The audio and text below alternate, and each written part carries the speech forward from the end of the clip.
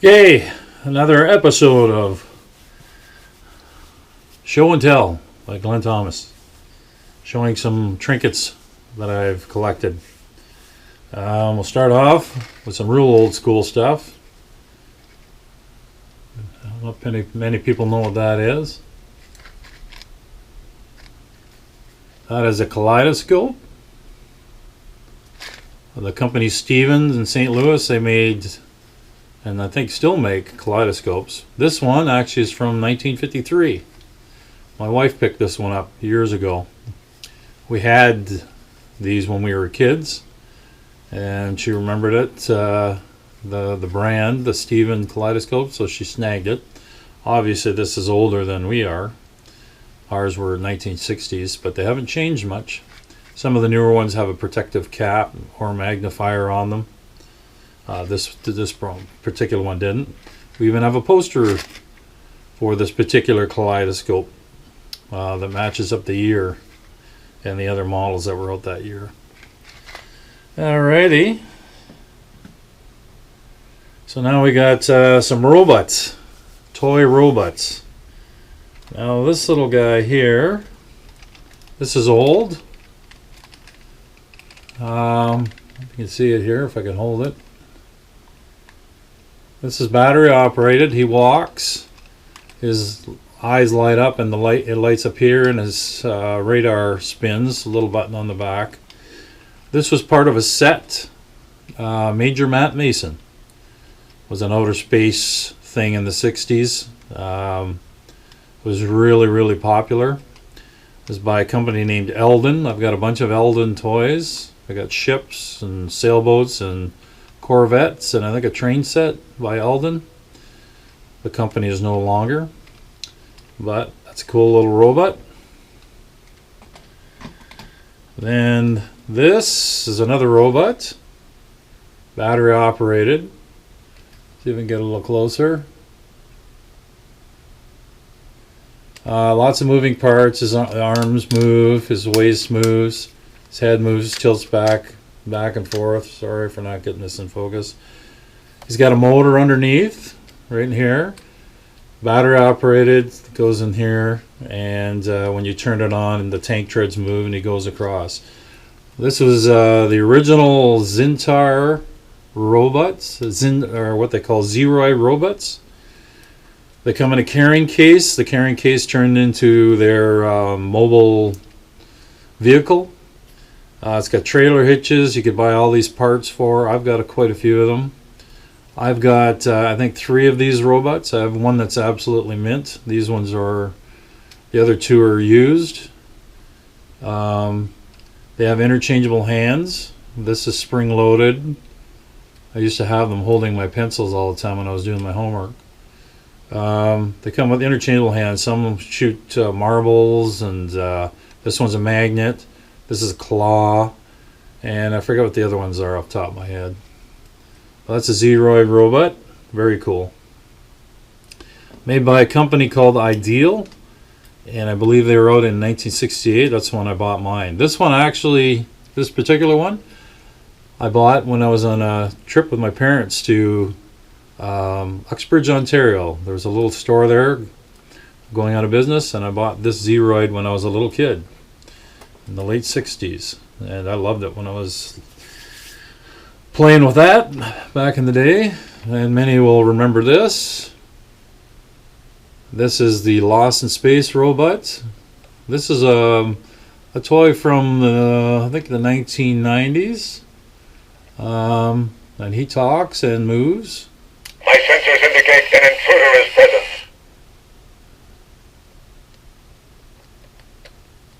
I was going to make a liar out of me here. My sensors indicate an intruder is present. So it's got the actual voice of the robot from the TV series. He lights up. He does roll on the floor. And it's got a little trap door here with little mechanisms. Batteries go underneath. He does say other things with the switch here. I forget exactly. Danger, danger, Will Robinson. There we go. Danger, danger, Will Robinson. And he works off light sensor or just regular push button. So sometimes he doesn't work. I don't know why My that is. sensors indicate an intruder is present. But a very cool toy. Love the robot on Lost in Space. I'm gonna stop him from rolling downhill. Okay, now a couple of guys online kept posting pictures of Evel Knievel.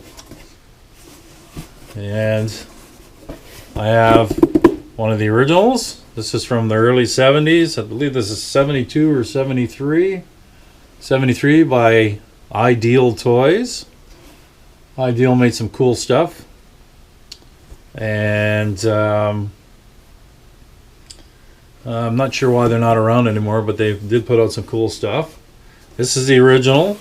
It is near mint. I have one that's that I played with. This one is a near mint one.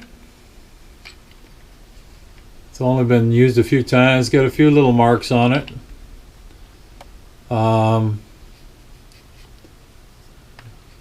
But never hit the pavement. My other one I used definitely in the pavement and through the house and terrorized my mother with it because these things used to fly. Man, they just fast. They jump everything.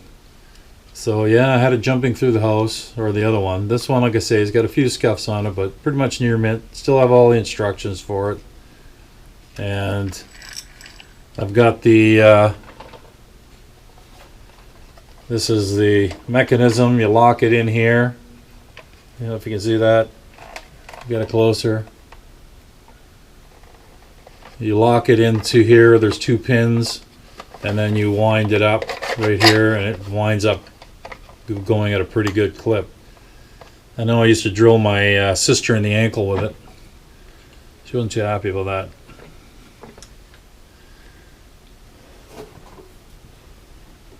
And this was a reissue of the Evel Knievel cycle put out many years ago.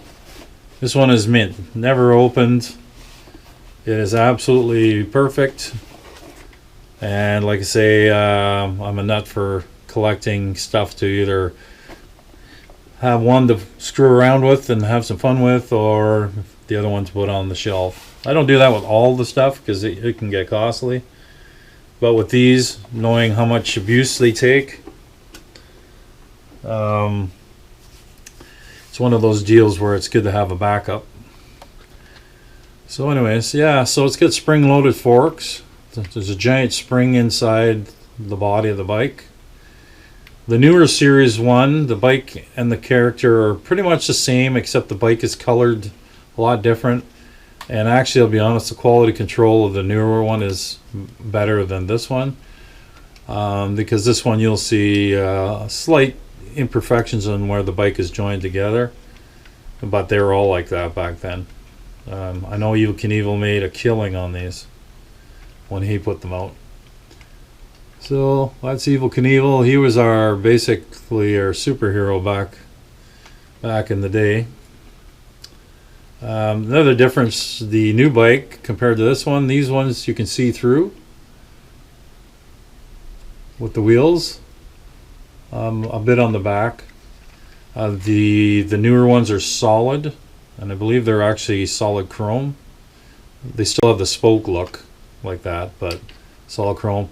Forks and the frame are all gray. Only thing white is the actual bike tank and the fender, but everything else is totally different color. These are awesome toys. They sold a ton of them. They still hold pretty good value for the original ones. Had I not put the stickers on the motorbike, I've seen these go, if absolute mint, anywhere from 100 to 300, depending on, you know, how close they were from the original date of manufacturing. So that's for that little Major Matt Mason robot. Highly collectible. I don't know the value of them, but same with the Zeroid robots. The original 3 Zeroid robots.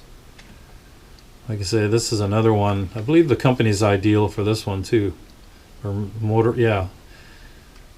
They made 3 in the original series and then expanded the series each year for, I don't know, 4 years, 5 years. This is from the original series. And there's a case that goes over here. I just left the case off just so you could see inside. These motors, this company made racetracks and boats. The cars were called motorific cars, and the boats were boaterific. And these motors were transferable to their cars and to their boats. And I have a few boats and a few cars. I have the racetrack. Just a battery operated slot car race, or track. So you put the batteries and the motor in the car, turn it on. It's got a pin that sticks down in the middle, and it goes on this slot track, and you just watch it go. There's tons of little obstacle course pieces you can snap into place with it. I'll show you that at some other point. Can't use this too much anymore because unfortunately, with all like anything with tank treads that were made out of rubber, the rubber gets really sloppy and brittle, and you risk breaking them, so you can't play with them anymore. But I do run the motors once in a while just to keep them functional, and great piece of history there, and part of my huge toy collection. So that's it for now. I've done a few of these all in a row just to kind of save me from setting everything up again for each time. I just kind of did them all at once. So hope you're enjoying them. Peace.